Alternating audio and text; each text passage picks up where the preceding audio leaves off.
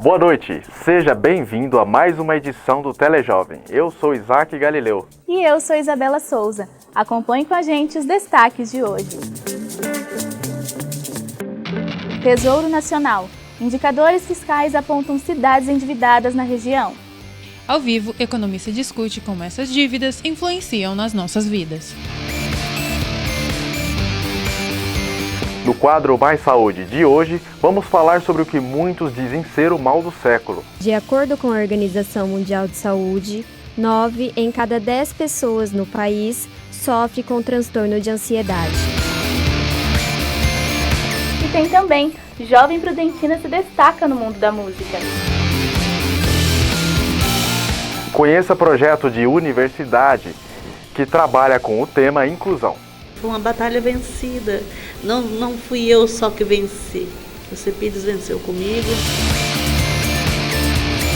E você já ouviu falar de para-badminton?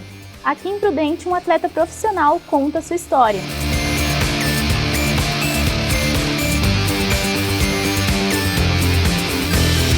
Hoje é segunda-feira, 15 de abril, e esses são os nossos destaques.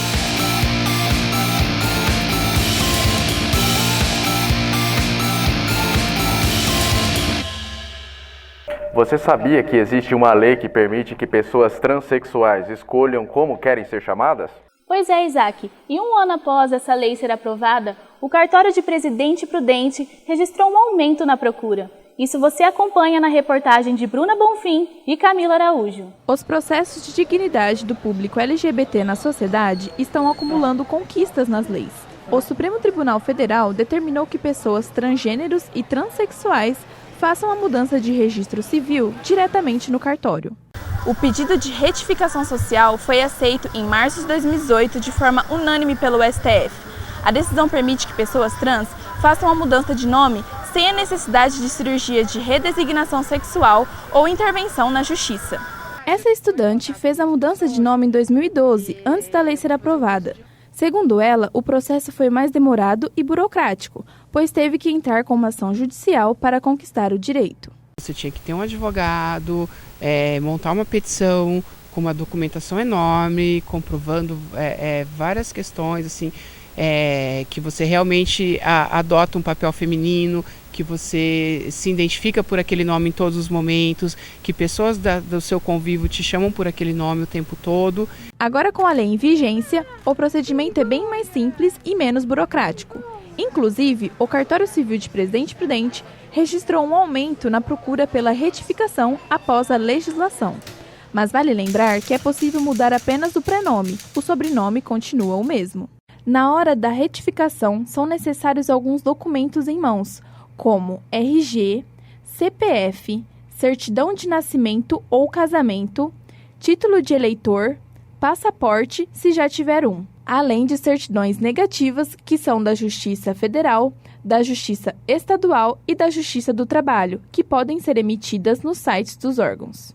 A partir do momento que a gente fez a averbação, que ela assinou a documentação, apresentou o requerimento, a mudança é automática, os órgãos são comunicados de imediato já. Heitor mora em Bataguaçu e alterou o nome na certidão de casamento em 2018. Como fez a mudança depois da lei, diz que o procedimento é simples e o maior obstáculo não foi com o cartório. A maior barreira foi comigo mesmo, quebrar o medo, a ansiedade de não ser aceita, às vezes, de novo pela família, e saber que o que viria, porque é tudo novo, né? Você não sabe o que vai vir pela frente, você sabe que vai ter preconceito, vai ser maior, só que você não passou por aquilo ainda, então te gera uma ansiedade, um pouco de receio. Mas a barreira foi maior comigo, não em relação ao cartório. O cartório foi super tranquilo.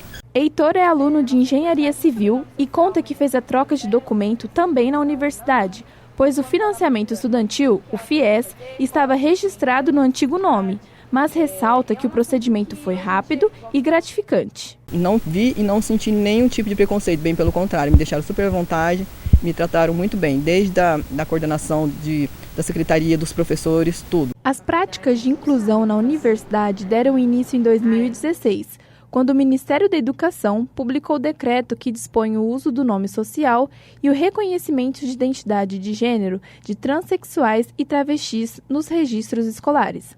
Segundo a integrante do Núcleo de Acessibilidade e Inclusão da UNOeste, a universidade proporciona um ambiente agradável e inclusivo para todos os estudantes. Ela pode fazer a solicitação, ainda que ela não tenha feito os procedimentos legais para os outros documentos. Então, dentro da universidade, ela vai ser respeitada de acordo com o nome e gênero que ela quiser ser identificada, em termos de carteirinha, chamada e todos os registros que a universidade possui, inclusive emissão de diploma e etc. Depois que você consegue mudar seu nome, muda muita coisa nessa relação do preconceito, porque você apresenta documentos que condiz com o nome que você está apresentando. Então, mesmo se a pessoa se incomodar, se a pessoa perceber que você é uma pessoa transexual, não tem o que fazer. Ela vai ter que chamar você por aquele nome, vai ter que fazer os cadastros necessários de onde você estiver através daquele nome, e ela não vai nem saber que você tem um outro nome ou teve um outro nome. Então, a partir do momento que eu troquei meu nome, eu realizei um sonho, porque eu sonhava com isso desde criança, né? E para mim foi um dos momentos mais marcantes da minha vida, porque pegar minha certidão com o nome retificado, com uma coisa que eu sempre sonhei, né, do sexo masculino. Então, para mim, foi um dos melhores dias da minha vida. Só lembrando que o pedido de retificação no cartório possui uma taxa de R$ 138. Porém, para aqueles que não possuem condições financeiras, podem pedir a gratuidade do documento por meio da Defensoria Pública. E agora vamos falar sobre o endividamento das cidades do Oeste Paulista.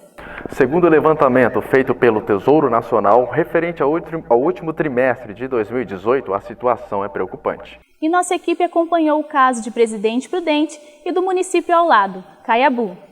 O Tesouro Nacional disponibiliza, a cada trimestre, os indicadores de endividamento dos municípios brasileiros. A 10ª região administrativa do estado de São Paulo, composta por 53 cidades, sofre com a crise econômica do país, a baixa arrecadação e os elevados gastos. O estado de São Paulo concentra os maiores municípios com alto índice de endividamento junto à União. Caiuá, Estrela do Norte e Caiabu ocupam as primeiras posições deste ranking. Presidente Prudente, a maior cidade da região, ocupa a 7ª posição segundo o Tesouro Nacional. Com cerca de 4.190 habitantes, segundo o IBGE, a cidade de Caiabu ocupa o 3º lugar dos municípios mais endividados, conforme dados do Tesouro Nacional. O contador da Prefeitura Municipal explica como surgiu o endividamento. Essas dívidas que perfazem esse valor apurado aí no site do Tesouro Nacional são oriundas de precatórios judiciais e dívidas de parcelamento de FGTS e INSS com o governo federal. A situação crítica do município fez com que o governo municipal tomasse medidas de contenção. As dívidas de precatórios judiciais, que são reclamações trabalhistas na maioria, foram inclusas num programa que o governo federal lançou, uma lei autorizando a ser parcelado até em 2024. O município de Caiabu adotou esse sistema para pagamento e está realizando mensalmente os depósitos precatórios judiciais. O contador da prefeitura explica por que os municípios menores sofrem mais com dívidas tão altas quanto as de Caiabu. É exatamente a correlação receita e despesa. O município maior tem uma receita absurdamente maior e tem bem mais condições de cumprir o endividamento. É uma economia de escala isso aí. Município com uma receita corrente líquida como a do Caiabu, que é muito pequena, qualquer dívida acaba significando um percentual muito maior. Compromete mais o orçamento. O estado de São Paulo concentra os maiores municípios com alto índice de endividamento junto à União. Na região administrativa do Oeste Paulista, no município de Presidente Prudente, a situação também não é diferente. Presidente Prudente, que possui 227.072 habitantes, ocupa a 7ª posição com débitos no valor de 93 milhões. O Poder Executivo fechou o ano de 2018 com um gasto com pessoal de 305 milhões, consumindo 53,4% da receita de 572 milhões, onde o limite é 60%. O secretário municipal de Finanças explica o surgimento da dívida. Ela vem de empréstimos antigos feitos pela prefeitura para investimentos, né, que eram de longo prazo, que estão sendo pagos normalmente sem nenhuma dificuldade. A dívida da Prefeitura Prudente não é o problema, né? Segundo o decreto número 40 do Senado Federal de 2001, Os municípios possuem um limite de endividamento de até 120% da receita. É o que explica o secretário de Finanças. O problema que nós temos no momento não é de dívida, é de déficit, é diferente, tá? Quando eu falo em déficit, eu falo que nós estamos tendo mais despesas do que receitas, e isso consome a poupança, consome as reservas. E em nota, a assessoria da Prefeitura de Presidente Prudente relatou que o déficit que o secretário de Finanças, José Nivaldo Luchetti, citou, gira em torno de 4 milhões por mês. Para ajudar a entender os impactos e a situação que os municípios enfrentam, a repórter Caroline Lima fala ao vivo com o especialista. Boa noite, Caroline. Como vimos na reportagem, a situação é grave. Como isso afeta a população? Boa noite, professor. Nos diga, o que o senhor acha que deve ser feito quando a arrecadação de impostos é menor do que... quando a arrecadação de impostos é menor do que as despesas de um município? Boa noite. Olha, nós temos um caminho que é colocar em equilíbrio tanto a despesa como a receita. O que acontece que as nossas prefeituras, elas não estão obedecendo o orçamento municipal anual. Esse orçamento, ele é elaborado sempre no exercício anterior, para ser executado no exercício subsequente. O que nós temos observado é que quando começa o mês de janeiro, começa equilíbrio. Por quê? Porque não dá tempo de avançar o sinal. Agora, à medida que vai passando os meses, os prefeitos vão aumentando a despesa e vão ignorando a receita. Porque a receita é a base da administração. Se ela não tem uma receita perfeita, ela não vai ter condições de fazer nada. O que nós temos observado que uma grande parte dos administradores, eles estão sempre à frente com as despesas e na hora que precisa do dinheiro para pagar não existe. Então eu acho que o que tem que ser feito primeiro é cair na realidade de que todo o trabalho tem que ser feito com planejamento. O orçamento é o planejamento. Ali ela vai aparecer todos os projetos e vai aparecer também todas as ações que a prefeitura tem que se realizar. A Prefeitura de Presidente Prudente decretou a situação de calamidade financeira no início do ano. O que isso significa para a cidade e quando que o município pode recorrer a essa alternativa? Olha, essa situação, nós temos que entender o seguinte: se há certo déficit, que isso aí é o chamado déficit, né? Porque a despesa foi maior do que a receita. Alguma coisa está errada. Ou esqueceu que tem que obedecer um orçamento, programa, ou fez sem consultar o orçamento. Então, nessa altura, realmente a pessoa vai quebrar mesmo. Vai quebrar porque a despesa ultrapassa a receita. Então, tem que ser mudado isso aí. Entendi. Muito obrigada, professor Éder. E é com a Isabela e o Isaac aí no estúdio. Obrigado pelas informações, Carol. E nós vamos para um intervalo e na volta nós vamos falar sobre ansiedade. E conheça a história de uma jovem pianista de Presidente Prudente. A música na minha vida, ela representa inspiração, força e, acima de tudo, acho que paixão e mudança. É rapidinho, voltamos já.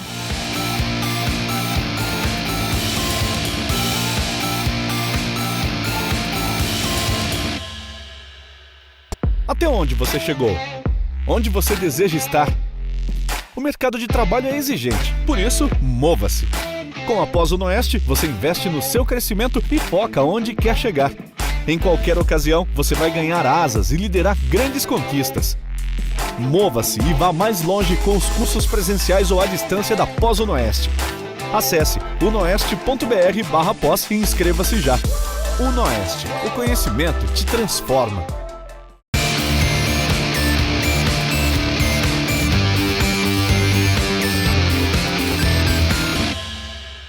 Nós já estamos de volta e o assunto da vez é ansiedade.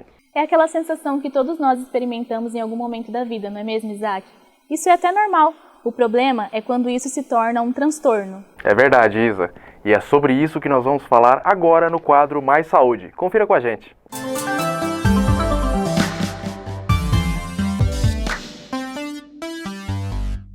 A ansiedade para mim é uma angústia pelo desconhecido. A ansiedade é uma espera, aí a pessoa se decepciona. É resolver tentar querer resolver tudo. O termo ansiedade, ele vem basicamente de um sentimento de apreensão e de uma preocupação excessiva com alguma coisa no seu contexto de vida. Eu tinha 15 anos de idade, mais ou menos, e eu comecei a ter muitos pensamentos acelerados, digamos assim. Eu estava com muitas preocupações no futuro, preocupações assim, mínimas, que pareciam muito graves, e eu comecei a ter sintomas muito fortes.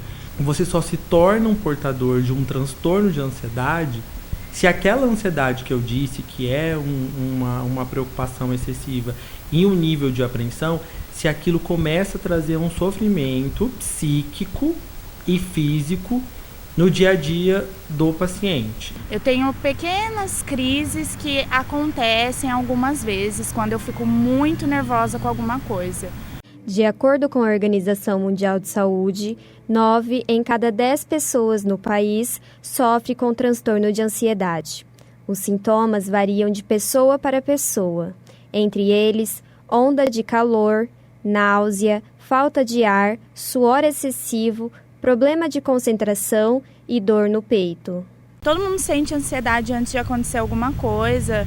O problema é que quando eu sinto assim, de uma forma muito prejudicial. Eu não consigo prestar atenção nas coisas, eu passo dias pensando no que vai acontecer dali 10 dias. O transtorno de ansiedade pode ser genético ou decorrência de fatores que ocorrem na vida das pessoas. Se é feito um diagnóstico de transtorno de ansiedade, seja ele de que tipo for, é imprescindível o uso de medicamento, mas já sempre associado a alguma terapia comportamental específica na abordagem daquele transtorno. Mudanças e ações nos hábitos de vida, eles são fundamentais. Então, atividade física, alimentação. E eu faço exercício de respiração também, conforme eu estou caminhando, para ajudar o corpo e para sentir o corpo relaxando um pouco, né? Todos nós temos, né, um grau de ansiedade que é saudável e um grau que não é saudável, né? Então nós temos que nos conhecer, mas é importante a pessoa estar atenta, né? O que está ocorrendo na vida dela. E eu sempre ficava imaginando se poderia virar alguma coisa pior ou se poderia me prejudicar de alguma forma. A pessoa com ansiedade, ela pode se angustiar e essa angústia pode vir a se tornar uma depressão, porque ela não dá conta, né, de resolver essa questão de tempo. Uma das coisas que eu mais procuro em terapia e que eu procuro no meu dia a dia também é tentar ser uma pessoa mais calma.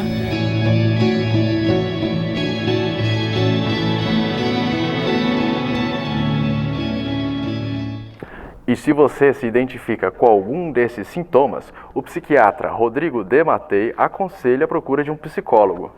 Ele ainda acrescenta que tudo que está ligado ao estilo de vida, como alimentação, trabalho, vida acadêmica e a prática de exercício, são medidas preventivas. E a música também pode ser uma medida preventiva. Com certeza, Isaac. Uma jovem pianista prudentina está se destacando nesse meio. A artista foi selecionada para participar de um programa no exterior.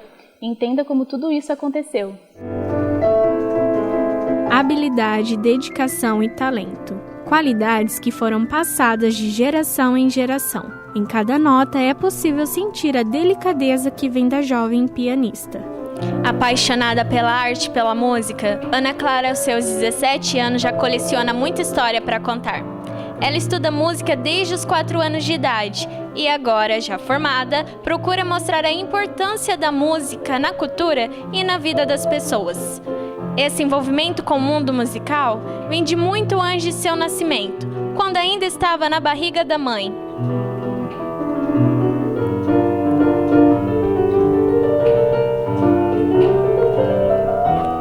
Quando eu estava no hospital, ela já era professora de música e participava de um grupo, tipo uma banda, e eles foram tocar pra mim no dia em que eu nasci. Então foi uma experiência muito assim, diferente, acredito, do que todas as outras crianças passam. Mesmo antes de concluir o ensino médio, a jovem musicista já foi aprovada no curso de musicoterapia. Eu resolvi fazer musicoterapia para juntar essa minha paixão que eu sentia e ao mesmo tempo mudar a vida das pessoas, ajudar elas com os problemas, ligando à música. A mãe conta que também começou a carreira cedo e é emocionante ver a filha seguindo os mesmos passos. Essa relação da música e ela foi assim bem natural, porque a gente aqui em casa já somos músicos, então desde que ela estava na minha barriga, ela ia nas apresentações também, escutava tudo. Só foi crescendo a vontade dela de sempre estar envolvida com a música. A vontade de ajudar as pessoas por meio da arte fez com que Ana se destacasse no exterior. Ela ficou entre os 28 adolescentes selecionados na América Latina para participar de uma experiência em Buenos Aires em fevereiro deste ano. O LALA, Academia de Liderança Latino-Americana, é um programa que cria projetos para compartilhar conhecimento à comunidade e apoiar causas sociais. A experiência para mim foi diferente de qualquer coisa que eu já tive, porque eu entrei em contato com pessoas de diferentes países e a gente executou atividades de elaboração de projeto, apresentação.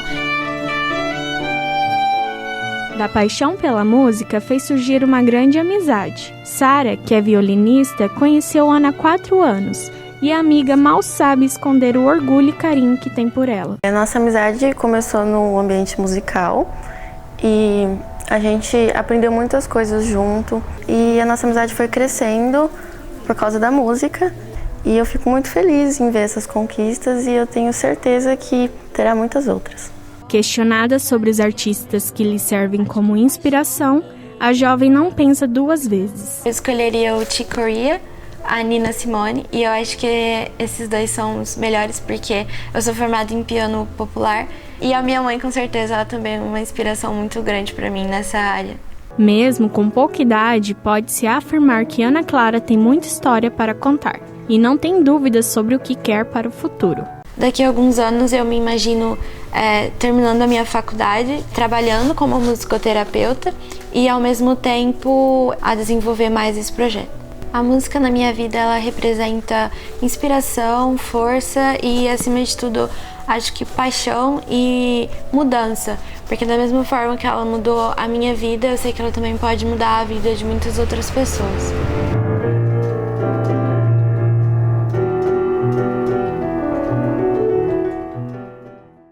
A Ana Clara estudou piano no Conservatório Municipal de Artes, professora Jupira Cunha Marcondes. A escola funciona de segunda a sexta-feira no Centro Cultural Matarazzo, aqui em Presidente Prudente. Se você ficou interessado e quer saber mais sobre esse ou qualquer outro curso, é só ligar no número 18 3222 1882. Muito sucesso para você, Ana. E agora nós vamos para o nosso último intervalo. Daqui a pouco, Universidade aqui em Prudente desenvolve projetos sobre inclusão. Aqui no CEPIS eu achei muito legal esse conceito, né, de aprendizar, de me ajudar até essa inclusão, né? Tem esporte aqui também no Telejovem.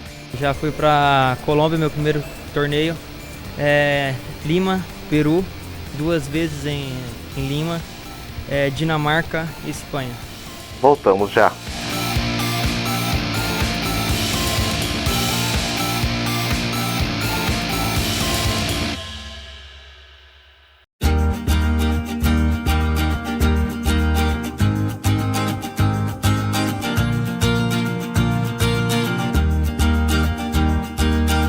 Cursos de graduação à distância é na UnoOeste. Agora você pode se formar com a mesma qualidade dos cursos presenciais da UnoOeste no conforto do seu lar.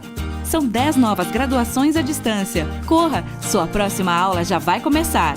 Garanta a primeira mensalidade. Inscreva-se já no EAD UnoOeste.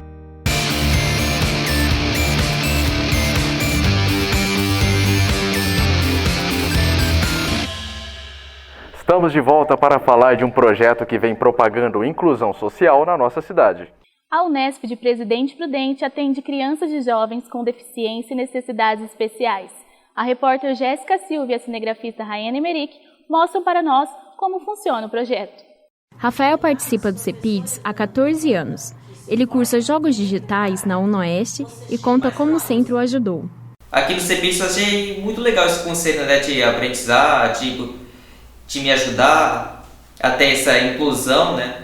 Todo aprendizado é realizado passo a passo. Isso para todas as pessoas, principalmente para aquelas que necessitam de um atendimento especial. O Centro de Promoção para a Inclusão Digital, Educacional e Social, CEPIDES, foi criado para o atendimento de pessoas com deficiência. Ele é realizado por professores e alunos da Unesp. Jane é coordenadora do centro há 20 anos e afirma que busca diariamente estrutura para atender todos os tipos de deficiências, além de o projeto ser totalmente gratuito. Nós recebemos como apoio científico vários projetos, por exemplo, o Núcleo financia 4 bolsas, nós temos estagiários dos cursos de pedagogia, de educação física, de matemática, estatística e vários outros cursos. Além de agregar a vida acadêmica dos estagiários, o CEPIDES ensina a lidar com as diferenças. É muito gratificante, ele contribui muito com a minha formação profissional. Eu já sou professora de matemática, atualmente eu curso pedagogia, e isso traz muito conhecimento para a minha área. É uma satisfação muito grande, né? E isso deverá, e do ponto de vista de futuro, né? Na perspectiva de futuro, exatamente continuar com esse trabalho, expandi-lo, de maneira que a gente vá realmente construir uma sociedade inclusiva. Edneuza, mãe de Rafael, conta qual é a sensação de ter uma batalha vencida. Teve uma base aqui na família. Não foi só o Rafa que foi atendido, a família também foi acolhida. Eu estou muito feliz. Foi uma batalha vencida. Não fui eu só que venci. Muito bom. Só lembrando que o CEPIDES fica no campus da Unesp de Presidente Prudente. E para mais informações, é só ligar no telefone 3229-5898. E agora vamos falar de esportes. A seleção brasileira de para-badminton tem um representante prudentino. A nossa equipe foi acompanhar a preparação de Rogério Júnior para a viagem da disputa de um campeonato internacional. Rogério Júnior de Oliveira é o único representante do Oeste Paulista nas competições de para-badminton que ocorreram na Turquia e nos Emirados Árabes. E é a 4ª vez que o atleta paraolímpico representa a seleção brasileira. Já fui para Colômbia, meu primeiro torneio, Lima, Peru, 2 vezes em Lima, Dinamarca e Espanha. O badminton é o esporte de raquete mais veloz do mundo. Apesar da semelhança com o tênis, tem equipamentos diferentes, que o torna um esporte ainda mais desafiador. Em Presidente Prudente, o badminton foi implantado em 2013, com o programa Atleta do Futuro, uma iniciativa do SESI, onde Rogério começou. Maiara Bacarim acompanha o atleta há 5 anos e conta que a preparação para os torneios está intensa. A gente sempre faz uma programação de treinos físicos, treinos táticos e técnicos, né? Correções, sejam através dos jogos, sejam através de exercícios lapidados. Rogério ocupa o 1º lugar do ranking brasileiro e o 16º do ranking internacional da modalidade. O para-badminton é uma variante do esporte para atletas com deficiência física. Devido às colocações nos rankings e à boa performance em quadra, Rogério foi convocado para os torneios na Turquia e Dubai. Ele já está focado em garantir vaga em outra competição. A minha expectativa é chegar no pódio, no primeiro Turquia Internacional, onde é o último torneio que garante a vaga para os Jogos Pan-Americanos de 2019.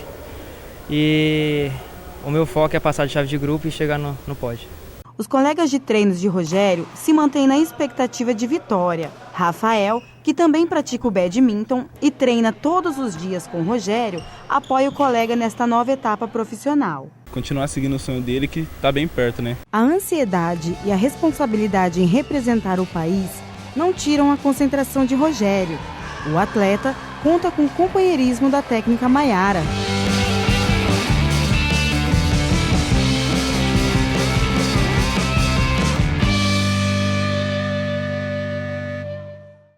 E como esperado, Rogério conseguiu a classificação para os Jogos Pan-Americanos de Lima, no Peru. A competição de para-badminton ocorre na última semana de agosto. Boa sorte, Rogério. E assim, encerramos o nosso Telejovem de hoje. Muito obrigada pela sua companhia. Uma ótima semana. Tchau, tchau. Tchau, até a próxima.